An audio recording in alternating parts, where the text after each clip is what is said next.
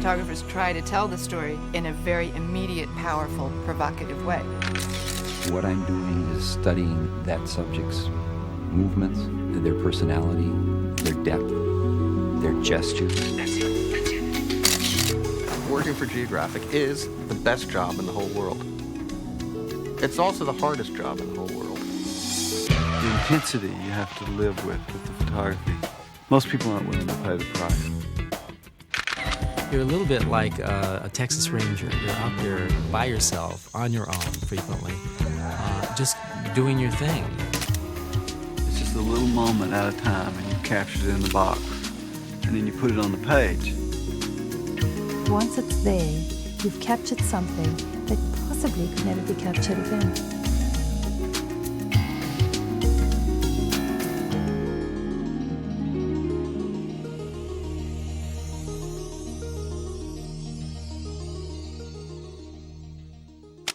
Everybody says that I have the best job in the whole world, and it's I think really for the most part they're right. Jody Cobb is a National Geographic photographer, covering a journey across Europe on the legendary Orient Express. For Cobb, it's just another chapter in a career that's taken her to places most of us only read about. The train manager and all the crew on board wish you a very pleasant journey on board the Venise Saint Orient Express. Thank you. Mesdames et messieurs, bonjour et bienvenue à bord du Venise Saint Orient Express. You're really your own person out there. You're a one-man band. You figure out where you're going to go, what you're going to photograph, who you want to see, what you want to see in this country or this place, how you want to tell this story. Telling the story of this train trip will take Cobb only a few days, but some assignments can last for months, usually in less luxurious surroundings. Collectively, National Geographic's photographers shoot nearly 150 stories every year, traveling more than 1 million miles. On any given day, there may be a dozen of them in the field, in as many different countries, searching for unusual subjects, unexpected moments, and memorable images.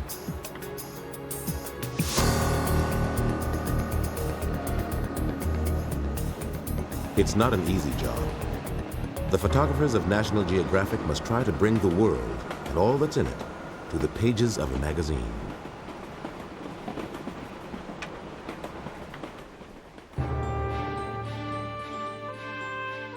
From its earliest issues, more than a century ago, National Geographic magazine brought the world to its readers, not only with words, but with pictures. Pictures of discovery and exploration, of wildlife and wild lands, of people in their customary dress or undress. Photographs were always popular with readers, and by 1908, they filled more than half the magazine's pages. Its pioneering editor, Gilbert H. Grosvenor, maintained that the mind must see before it can believe. By the 1920s, the Geographic was sending its photographers all over the world. They sometimes risked their lives to document cultures and customs in faraway places. This was, by all accounts, one of the world's most glamorous professions. What's it like now, half a century later?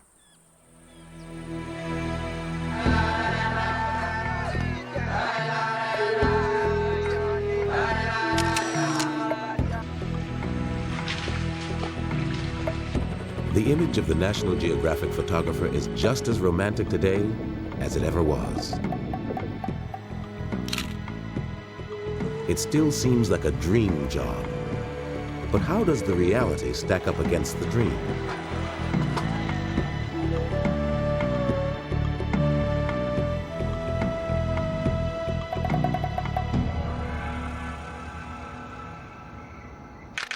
The reality of what you get up and do every day till you go to bed that night is far different from the perception of it.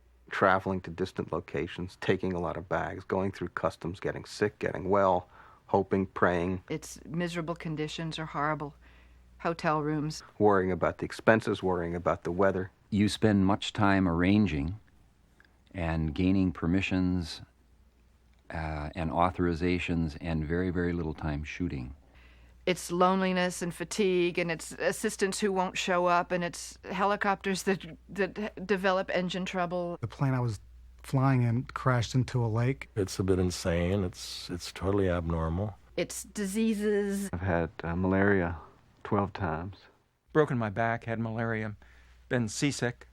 They broke into my hotel room at 2 o'clock in the morning and robbed me at gunpoint. And it's, you know, all those things. God, maybe even the troubles are more glamorous. Sometimes, troubles in the field can turn into an advantage. Jim Stanfield was covering the reenactment of an historic flight from England to Australia in a replica of a World War I biplane. On the 29th day of the flight, over the island of Sumatra, disaster struck. Engine failure forced a crash landing. Stanfield and the crew narrowly escaped death, but he was hardly aware of the danger. He was too busy making pictures. I certainly didn't expect to go down in a rice paddy, but it led to a portfolio of photographs that we certainly did not expect. You're working a little bit in shock, you're working a little bit on automatic pilot. I found photographs in that coverage that I didn't remember photographing, even some of the people. So here was a situation that it was a misfortune to the project, it was disconcerting to the pilots, but it did work for me.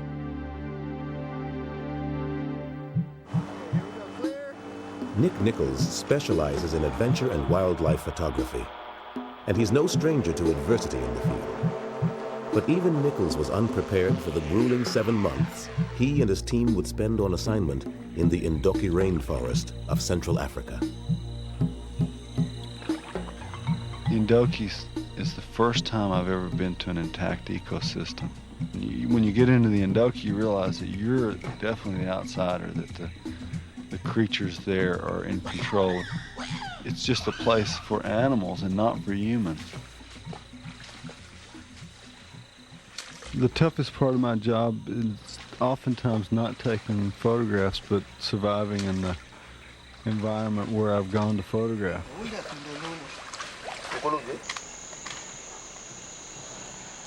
The intensity you have to live with the photography. Most people aren't willing to pay the price. I mean, I teach workshops, so I see students all the time, and they really think, wow, you get to wander around the world and take pictures. I say, no, I work.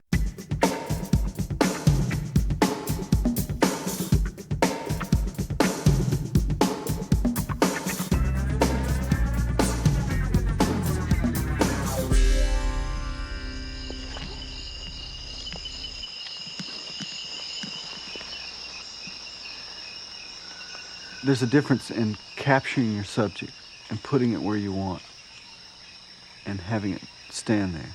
The subject is really in control. You're just trying to capture a moment with that subject. Capturing a moment can be a dangerous business, especially if your subject is an elephant with a bad temper. I mean, I'm standing in a stream.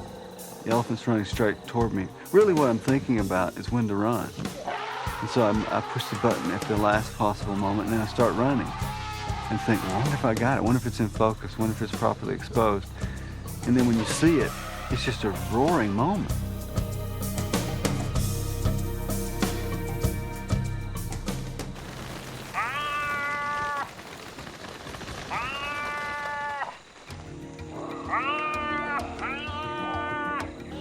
Field work is more than some people can do. You know, it's 18-hour days, you don't eat, and you're away from your family.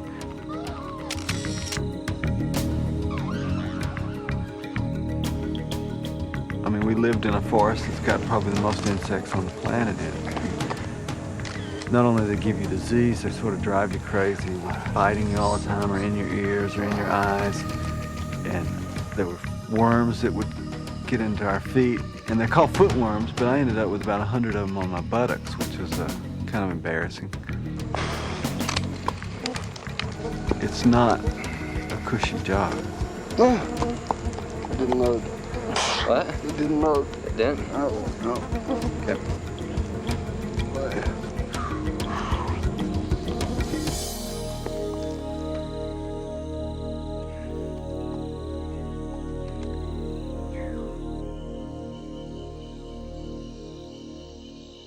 In spite of all the hardships, even in a place like Endoki, Nick Nichols manages to create images of classic beauty with a unique flair.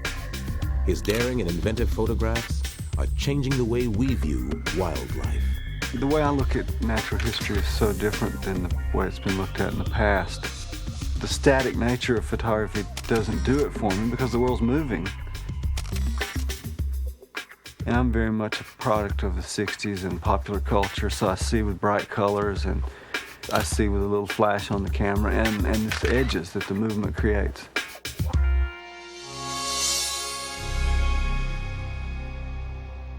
The photographers of National Geographic are free to pursue their own styles. And their work is often untraditional, even startling. They're not only journalists, they're artists, creating pictures that dazzle as well as inform.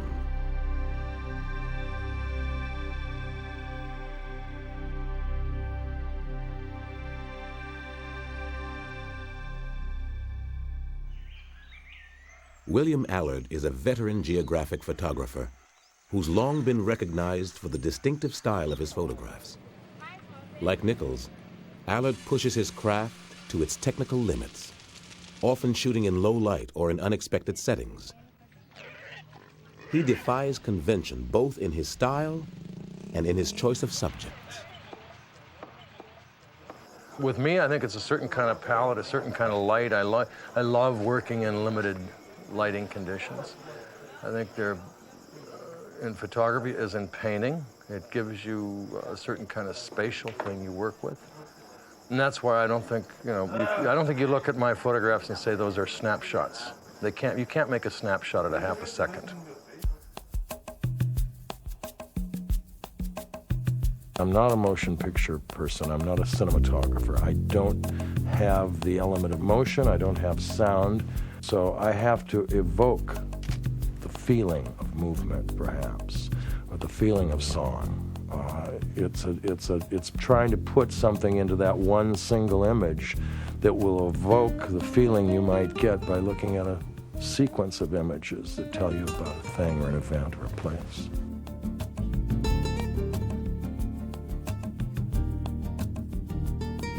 National Geographic magazine publishes more than 1,000 pictures every year. And whether they're traditional in style or more avant-garde, they all must meet the same high standards. So, what makes a great photo? Just ask the photographers themselves. I'd like to think that an ideal National Geographic photograph is one that is clear and sharp and abides by the basic rules of what is a good photograph, that you have a strong center of interest, that it is sharp, and that the composition is good.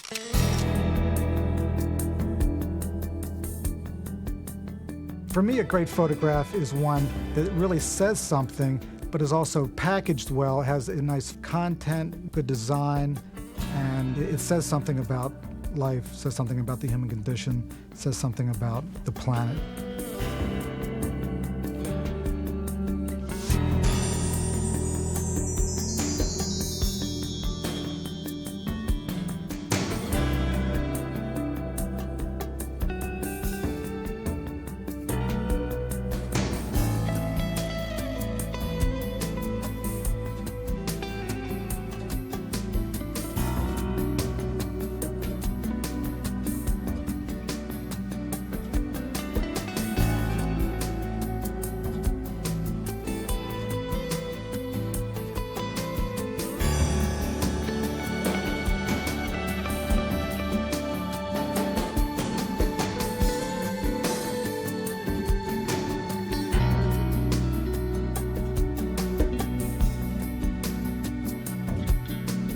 Because Geographic has faith in their photographers, they give them the time in the field to do deep, thorough, intimate coverages that are comprehensive.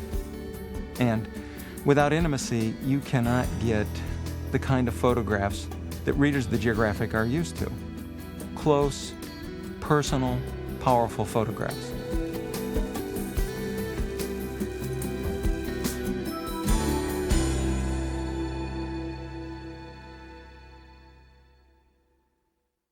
Really nice. Way to go. That's it. That's it. That's the stuff. Jim Stanfield has shot more than 50 stories for National Geographic during his long career, and he's been honored by his profession. 4 times he's been voted Magazine Photographer of the Year. One of Stanfield's specialties is the historical story evoking the life of a lost age, like that of the 16th century Ottoman ruler Suleiman the Magnificent. In a village market in Turkey, he searched for characters who might somehow personify the people of Suleiman's day. Stanfield looks to the faces of the present to capture the personality of the past.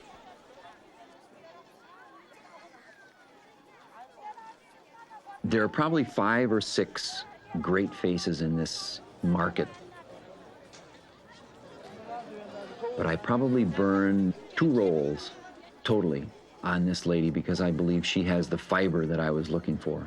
She had the strength in her face and body that makes up the personality of what people may have been 400 years ago. And I was just waiting for an expression. What I needed was a smile or a giggle from her that might set her apart.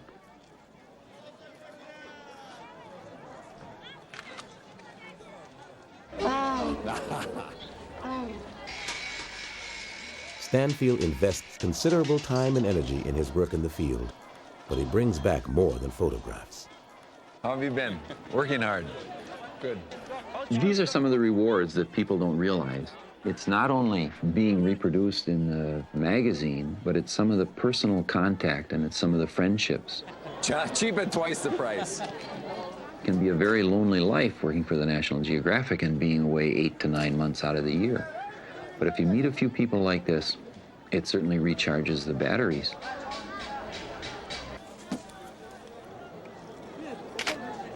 Much of the photographer's time is spent simply finding the right subject to shoot. But he still needs a special talent to forge a personal connection, a bond of trust. Her first name is Fatma. She took a liking to me in Suut during the celebration of the nomads. She has cattle or she has goats and cattle. The most difficult part for a photojournalist is weaving him or herself into the lives of the subject and putting the subject at ease. Did I have the berets today? Even though you don't speak the language, I think that they see an awful lot in your eyes.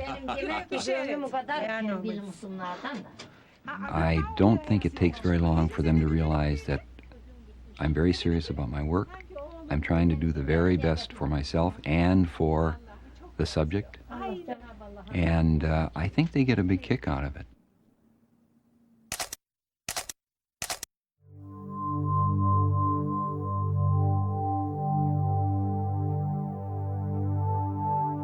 The human face speaks to people.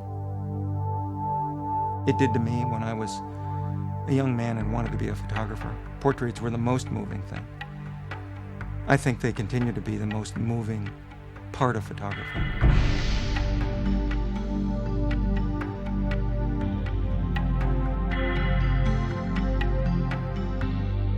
Sometimes there's an absolute immediate emotional thing that happens when you see somebody that you know, A, going to be a wonderful photograph, but B, there's something about them that makes them a wonderful photograph, and that's usually something internal with it, not just the way they look, but their way of relating to the world, of responding to the world, of responding to me as a photographer, and it's a spark of life in their eyes, like the child in the Vietnamese refugee camp, whose eyes and my camera locked at that moment, and there was sort of that spark of recognition, that spark of communication or something between us.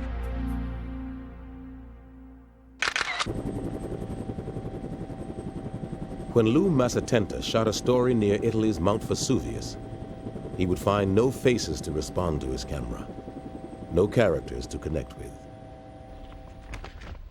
The ancient Roman town of Herculaneum was buried in a volcanic eruption, and no trace of its citizens had ever been found. It was long believed that they had escaped, until archaeologists finally learned the more gruesome truth. In the middle of a summer night in AD 79, a volcanic avalanche descended on Herculaneum. The town's terrified inhabitants were overwhelmed as they tried to flee. Nearly 2,000 years later, the remains of 150 of them were uncovered beneath an ancient beach, and National Geographic dispatched Mazatenta to document the discovery. Now that the victims had been found, his camera would bear witness to their tragedy.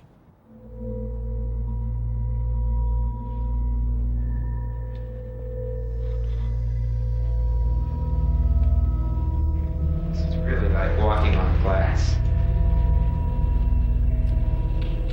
I consider this the most important assignment I've ever had, because you're dealing with history that's just being brought to light at this very moment in time. And, it's me that's here to record it.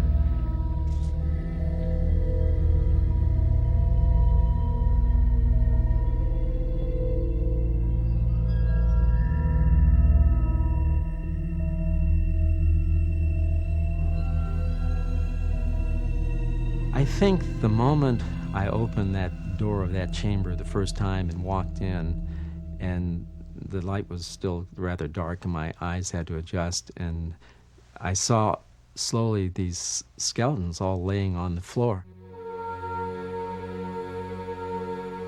And then as I looked closer, you could see people hugging each other. And you realized that this was the way they died, that they were just frozen in time at the moment of their death. And it was very, very emotional at first.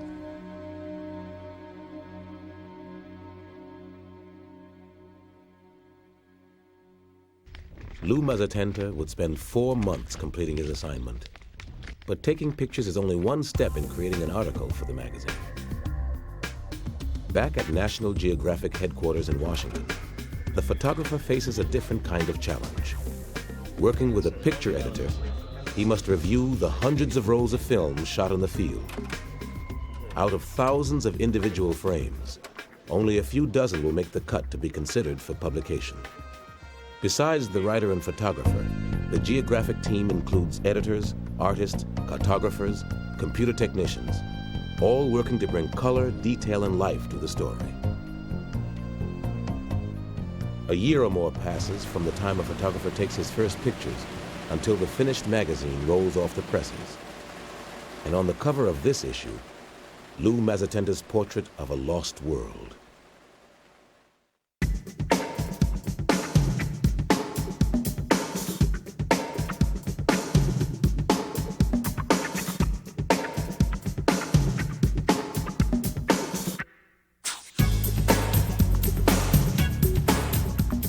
The cover is a crowning glory. It's the jewel in the crown.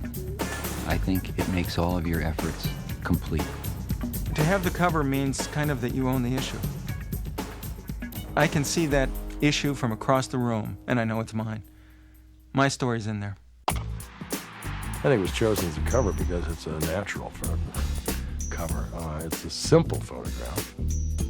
Because of the flag is in the picture, the stance of the ball player. I think also even the fact he's wearing numeral 1, number 1. I mean, all these things kind of fall into place, and the light was gorgeous on that South Texas afternoon. That picture is a result of simply showing up for work on time. I got there, they played the national anthem, the light was very nice. It's not a difficult picture to make. The writer and I were lost in Dublin, overdue for an appointment in a remote suburb, and we're really racing around Ireland looking for the right road. And we passed these 4 children with their horse. They were walking in front of a great stone wall, and they had this pony, and the light was gentle and graceful. Someone saw them who knew them, honked the horn, and they all looked. They looked off camera, the wind blew, and I took the photograph. 1 frame, 1 moment, and it catches them unaware. And that's the power of the photograph. A lot of times you know it instantly. You know at the very minute that you click the shutter that the picture is there. A lot of other times it's a surprise on the film when you get home. For example, the picture of the women here at the swings and the Saudi women cover. I didn't really realize at the time that was going to be as compelling a picture as it was. You know, I saw the light and the movement and the shapes, but I didn't realize how the way her hip line goes would be quite so seductive, and to work with the expression in her eyes, and that the kid on the swing would be going right at the moment that it was. Those things you don't know. You hope for the best. I think a cover needs to be simple, direct, and it has to reach out and grab the reader. This picture was chosen for the cover because it kind of summed up the whole plight of the Afghan people at this time. And there was a very small country. They were invaded by a superpower. Since I made the photograph back in 1984, I don't think a week has gone by in the last 11 years that I haven't gotten a letter or a telephone call asking about her, wanting a print, or wanting to send money to her. The attraction, why people are drawn to that picture, is the look in her eyes. The haunted look is perhaps what is kind of riveting or captivating.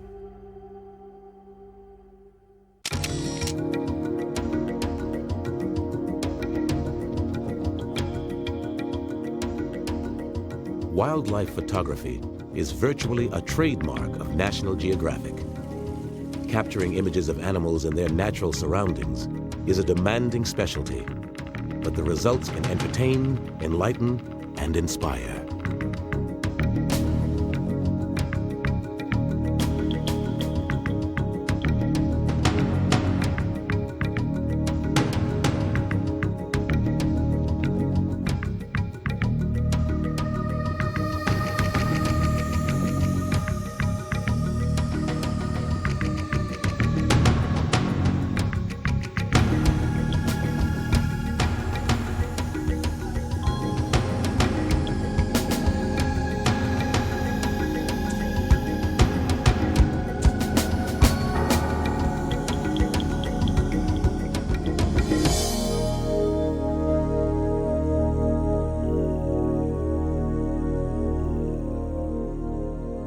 From the magazine's earliest days, photographs of animals were among the readers' favorites, and geographic photographers were pioneers.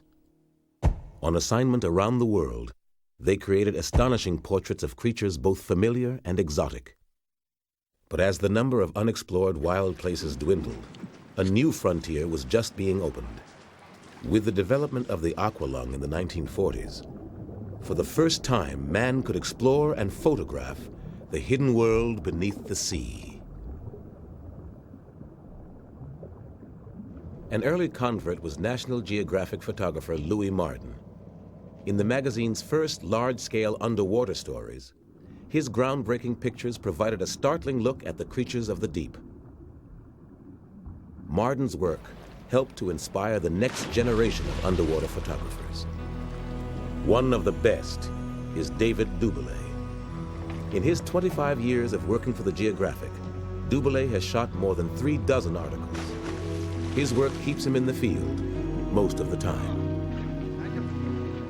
I really would like to have a regular life. If I could, I'd like to live in New York, take the elevator downstairs, and swim out into the street and take pictures. Home for dinner every night. Can't do it. I have to go to the ends of the earth, and then when I go to the ends of the earth, then I have to go underwater.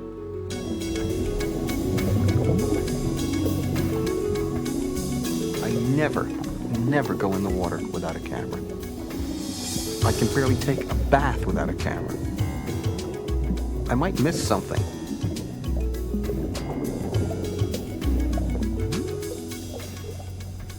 I figure I've been underwater now 100 days a year since I've been 12 for 3 hours a day. I don't know what that adds up to, but it's a lot of time. Underwater is half shooting pictures and thinking about pictures. The other half is hunting, finding the stuff. It's a little bit like trailcraft, you know, walking through the woods. What's that? What's that sound? What's that thing? Why are these fish doing that? And after a while, you begin to learn how the sea works, and it's a very complex, very little understood place. And you've got to find things.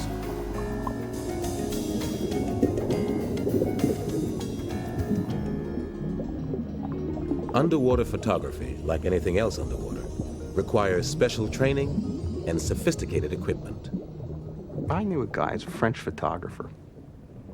And he turns to me, smoking a big, thick Gaulois, and he says, David, I'm interested only in the image. I am not interested in the equipment of the photography. And I always said to myself, that's a bunch of bull. It's unbelievable. Of course, photography is about seeing. And to see pictures, you need to have equipment. And the equipment not only has got to work, but it's got to be different and new. It provides you with a new look, a new way of looking at something. And underwater, you can't change film. You can't change lenses. You have to have a pile of stuff. For me to do the same job a surface photographer does on land, underwater, when a surface photographer goes along and they have some lenses, they have some film, they're going down a strange street in a strange place. They take a lens, they change the lens, they take a roll of film, they do that.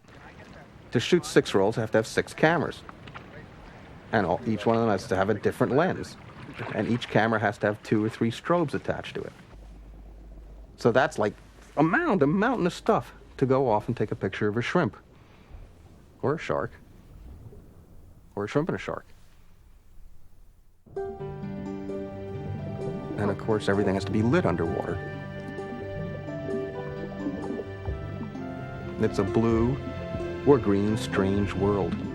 And it needs that bottle of sunlight. And when you do that, it restores colors that are never seen in the real world. And that's what makes underwater photography a challenge. Even for an old hand like Dubélé, some assignments bring a special thrill. A meeting in the sea is a terribly rare thing.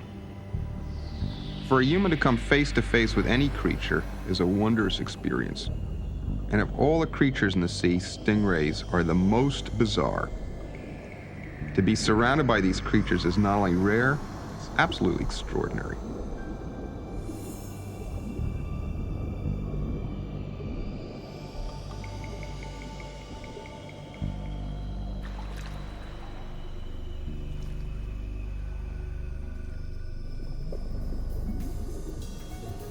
David Dubelé's unforgettable encounters with wildlife and the resulting photographs more than make up for all his hard work and sacrifices.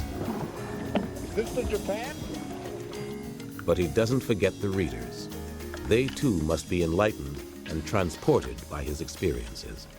I want somebody who looks at one of my pictures to cross that barrier of the printed page and then go into the sea, to become basically one with the ocean, as it were, as corny as it sounds.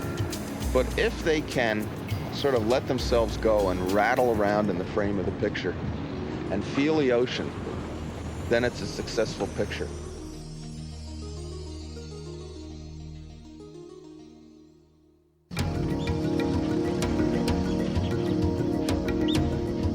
Total immersion in the world of wildlife is a lot easier on dry land than it is underwater.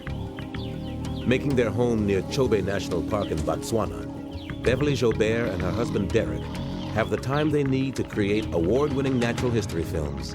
And for Beverly, the opportunities for still photography are almost unlimited.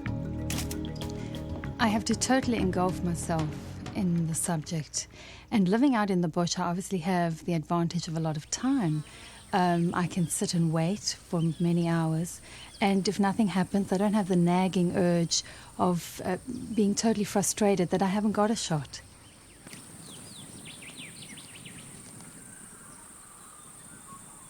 We see and learn something different daily out in the bush. It's amazing. And if only I could capture everything that I see, I think I'd have the most unusual African wildlife photography in the world. But it's normally, you get one great shot in a couple of weeks, and that's really rewarding. Beverly's rewards, those rare great shots, depend upon the intimate knowledge she's gained during 20 years of living in the bush. The most important thing is to become a part of the wilderness. Daily, we're out there, we're experiencing and having great thrills and interacting with the animals. We become an animal. I become animalistic. I stalk an animal to be able to get that shot. The one thing I do is I stalk an animal with a camera. So I don't have any means of aggression at all. And I actually think that animals do pick that up a lot of the time.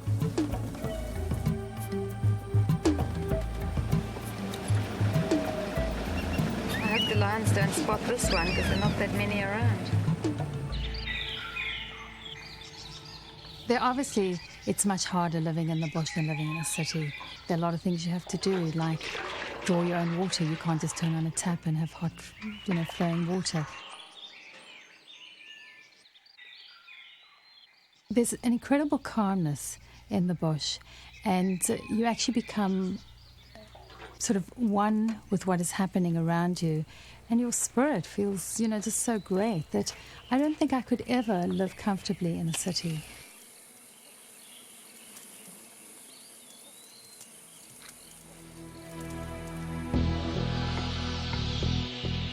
When the sun sets, life in the bush is no longer so calm as the lions begin their hunt. Photographing this nightly drama is one of Beverly Joubert's greatest challenges. You have to habituate the animals so that your presence is not a bother to them at all, and then they will carry on doing whatever they normally would be doing. And especially at night time when we're working with them, obviously lights could be a bother, but we slowly habituated the lions to the lights, and they got so used to it that that they wouldn't even turn their heads. Even if the lions are willing to accept the Joubert's presence, capturing a kill on film is by no means certain. It requires patience, persistence, and a good deal of luck. We have one lioness in front of us, and she's going into a low stalk. We've got one on the left, and the rest are coming in directly with us. Okay, it's going to break up there. Okay, let's go then. Okay, Derek, there's a female running. She's running on the right. You better run quickly. There she's going in. She's got the zebra quickly. There's a male. The male's going in. He's on the neck. Okay, we're almost there. I'm going to put the big spot on.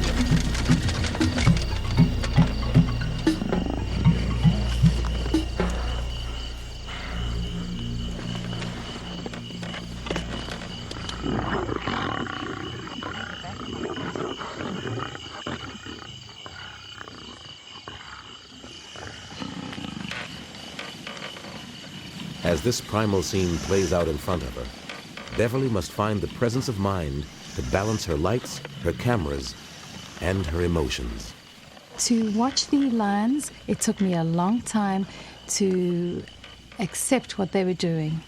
But when you're behind a camera, you kind of forget all emotions around you, and you just home into exactly what is happening in front of you, and you capture that moment and hopefully freeze it in time.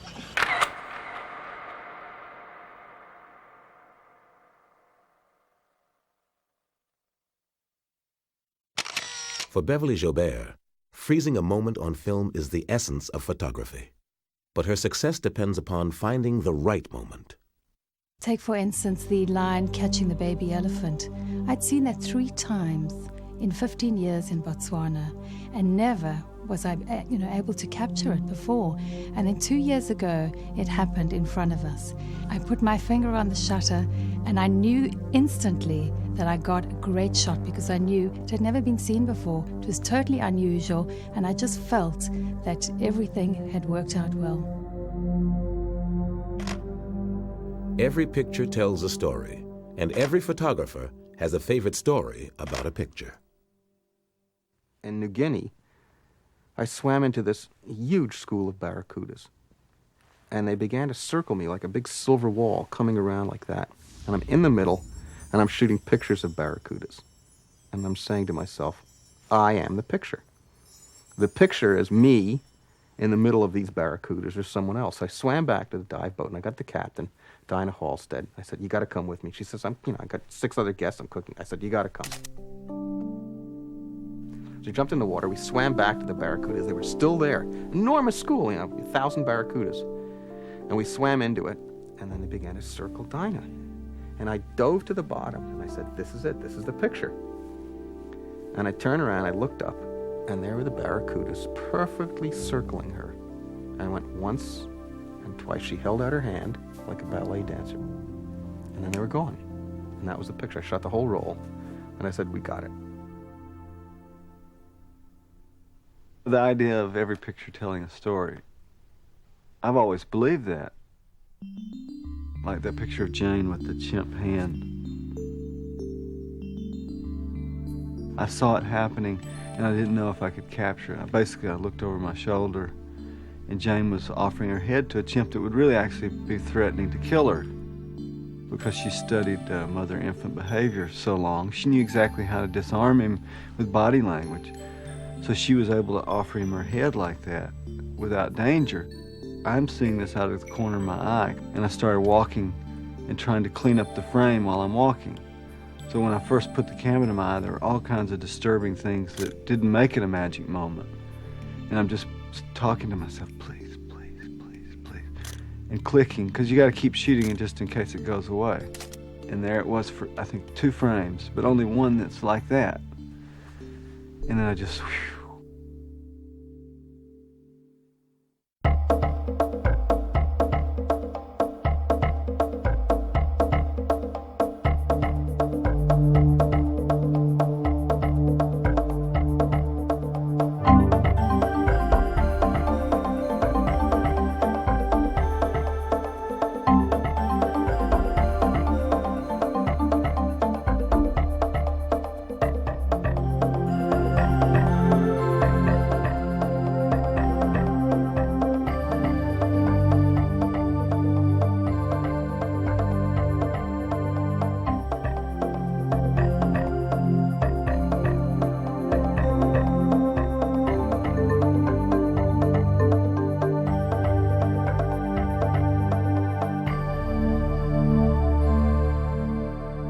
National Geographic's mission is to provide its readers with a window on the world, introducing them to lands and peoples they may never visit.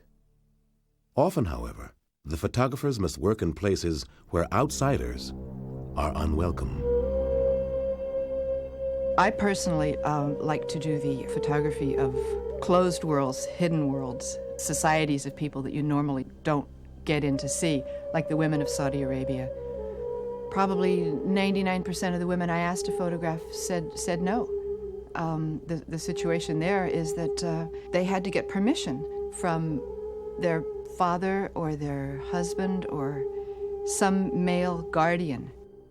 And the punishment for these women to have been photographed and have had their picture appear in a magazine like this is quite something that we in the Western world don't really understand. They could be banished from their families, they could be divorced from their husbands, they could lose their passports and their ability to leave the kingdom or to travel, just because of this perceived taboo against being photographed.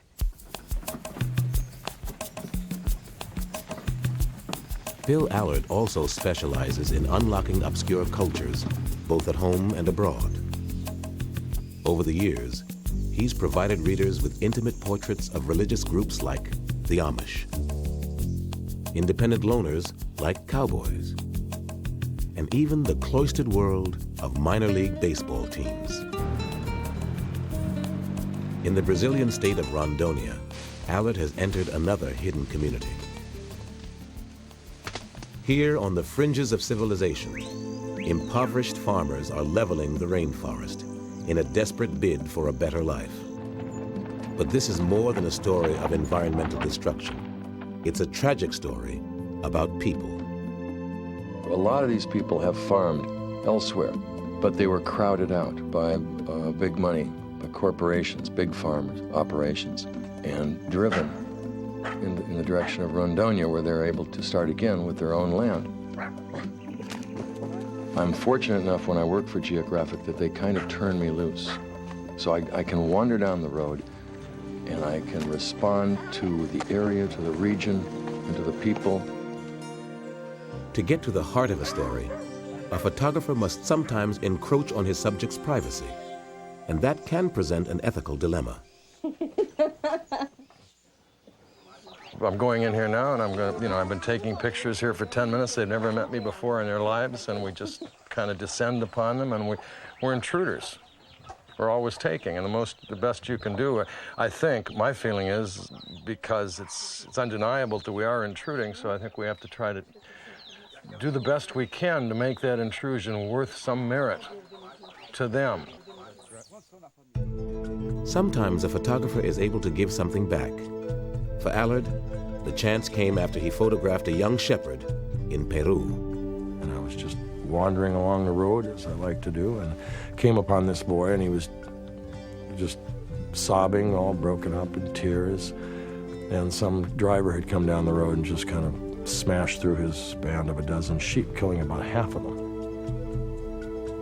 And that band of sheep represented his family's economy, and he was responsible. So here is Eduardo with half his family's economy dead down in a gulch. So they ran the picture. But what I didn't expect and what happened was that people, readers, classrooms of children all over the country, and I think some probably from outside the country, responded to that photograph with great generosity and sent in eventually, I think, $7,000, $8,000, something like that. And the international organization CARE found the boy, and they had a big celebration in which they replaced the boy's sheep, and then the rest of the money supposedly went into a fund for Peruvian school children. Here was a situation in which a picture I made an actual difference in someone's life. In this case, I was no longer guilty of that, taking and not giving.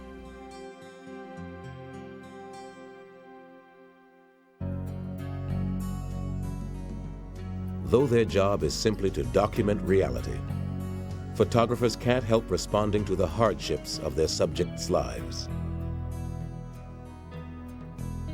This seems especially true in Africa, a continent that has suffered centuries of exploitation, but continues to inspire and challenge.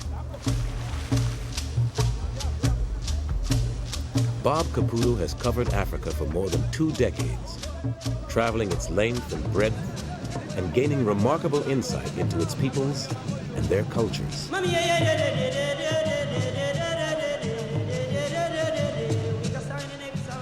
For Caputo, cultural barriers are made to be broken, and his camera provides a way in.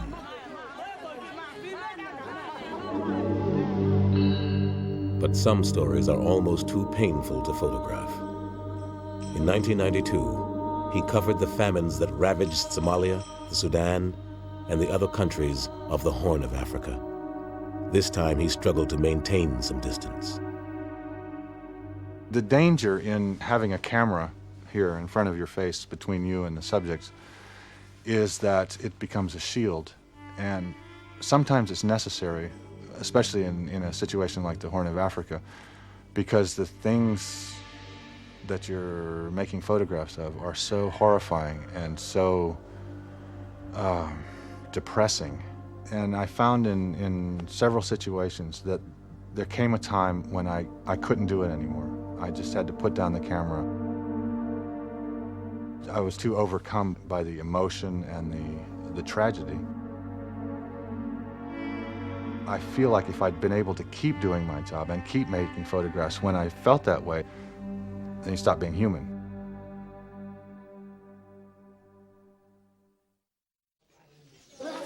Caputo has chronicled the joys and the tragedies of the people of Africa, and they've given him far more good memories than bad ones. Invariably, everywhere I go, people are incredibly generous and hospitable and welcoming, and I've never felt out of place, and I feel a real responsibility to convey accurately their lives.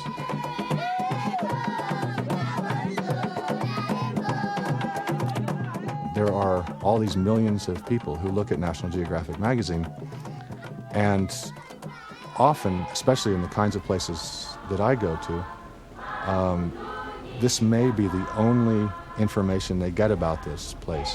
So I have a real responsibility to try to be accurate and thoughtful and honest about it.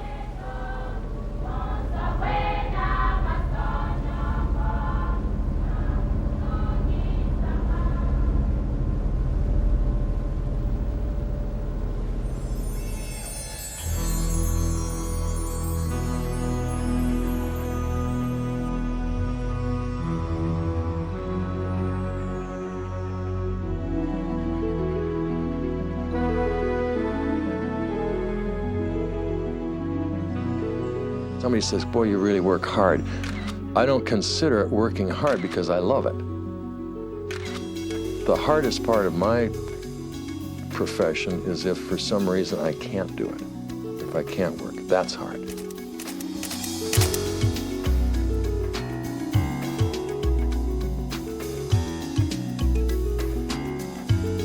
I think we really live in a global world now, and for me, that's the Geographic's function, is to keep telling the story of the rest of the world to people, but also in my photographs particularly, I would like for people to get an understanding and appreciation for other people in the world. I feel that I've been incredibly fortunate to be able to go to all these places, meet all these incredible people as a sort of emissary and a intermediary to bring that stuff back for people here.